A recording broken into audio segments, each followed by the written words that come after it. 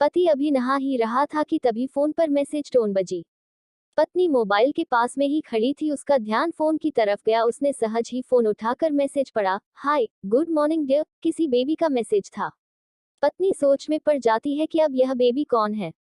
तब तक पति भी नहाकर बाहर आ चुका है। पत्नी उसे किसी बेबी का मैसेज आया है बताती है।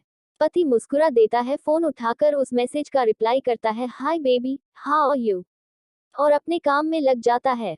इस रिप्लाई को भी पढ़ती है। अब हर पल पत्नी के दिमाग में यही विचार कौंधता रहता है कि यह बेबी कौन है। शाम को पति घर आता है। पत्नी उससे पूछती है, यह बेबी कौन है। पति जवाब में सिर्फ मुस्कुरा देता है और फिर से अपने काम में लग जाता है। 2-3 दिन बीत जाते हैं। उन विचारों ने अभी तक पत्नी का पीछा नहीं छोड़ा था और फिर से पति के मोबाइल पर फिर एक बार बेबी का मैसेज आता है। आज तो मिलोगे कि नहीं, तुम्हारी बहुत याद आ रही है। इस मैसेज ने आग में घी का काम किया। पत्नी का शक और भी ज्यादा पक्का हो गया।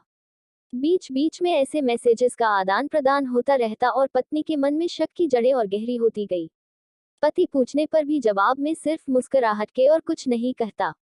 यह शक गुस्सा बनकर तब ज्वालामुखी की तरह फट पड़ता है जब एक दिन उसे अपने पति की जेब में सिनेमा की 2 टिकटें मिलती है। पत्नी अपने पति से बहुत झगड़ती है।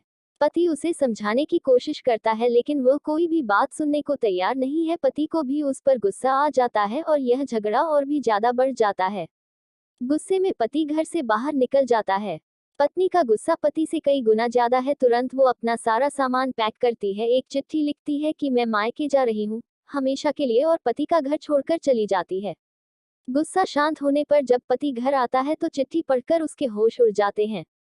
10 दिन बीत जाते हैं और गांव के उस घर पर डोरबेल बजती है जहां पत्नी रहने चली गई है। पत्नी दरवाजा खोलती है। दरवाजे पर 10 साल की एक छोटी बच्ची हाथों में चिट्ठी लिए खड़ी है। वह पत्नी को वह चिट्ठी देती है।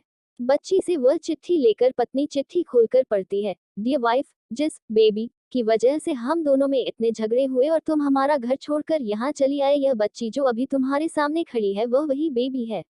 अनाथ आश्रम की एक प्यारी बच्ची इसी के साथ में बातें करता था, सिनेमा जाता था।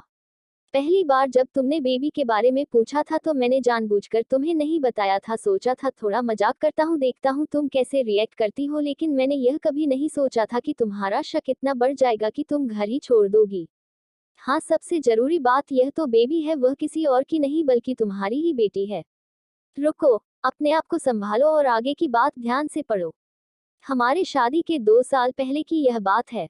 तुम अपने कॉलेज के लास्ट ईयर में थी। तुम्हारे प्रोफेशन में नोट्स लेने के बहाने तुम्हें बुलाया था और तुम्हें चाय में इन नशीली दवा खिलाकर ना करने वाला काम किया था। इसमें तुम्हारी कोई गलती नहीं की थी, लेकिन कुदरत ने अपना काम किया और तुम्हारे पेट में इस बेबी को डाल दिया।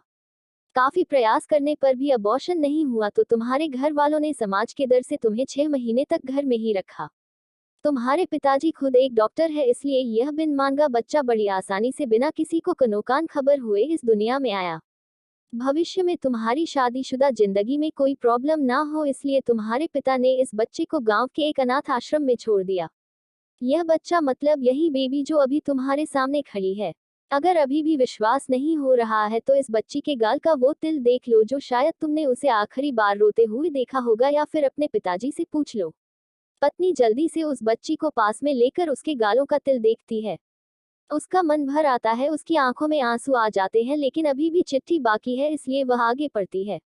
मुझे पता है अभी भी तुम्हारे मन में यह सवाल उठ रहा होगा कि यह सब मुझे कैसे पता। तुम्हें बता दूं कि यह सब तुम्हारे खुद के पिता ने ही अपने मन में उठ रहे पश्चाताप को शांत करने के लिए शादी के 1 महीने पहले मुझसे मिलकर सारी बात मुझे बताई थी। उन्होंने यह भी कहा था कि अगर मैं चाहूं तो शादी से इनकार कर सकता हूं। मैंने तो मैं स्वीकार किया क्योंकि इस पूरी घटना में तुम्हारी कोई भी गलती नहीं थी और हमारी शादी हो गई।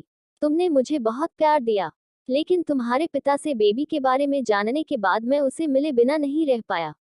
मैं बीच बीच में उससे मिलता था, उससे मिलना, उसके साथ समय बिताना मुझे अच्छा लगता था। कितनी प्यारी बच्ची बिना किसी गलती के क्यों सजा भुगते, बस इसलिए मैं उसे थोड़ी सी खुशी देने की कोशिश करता था।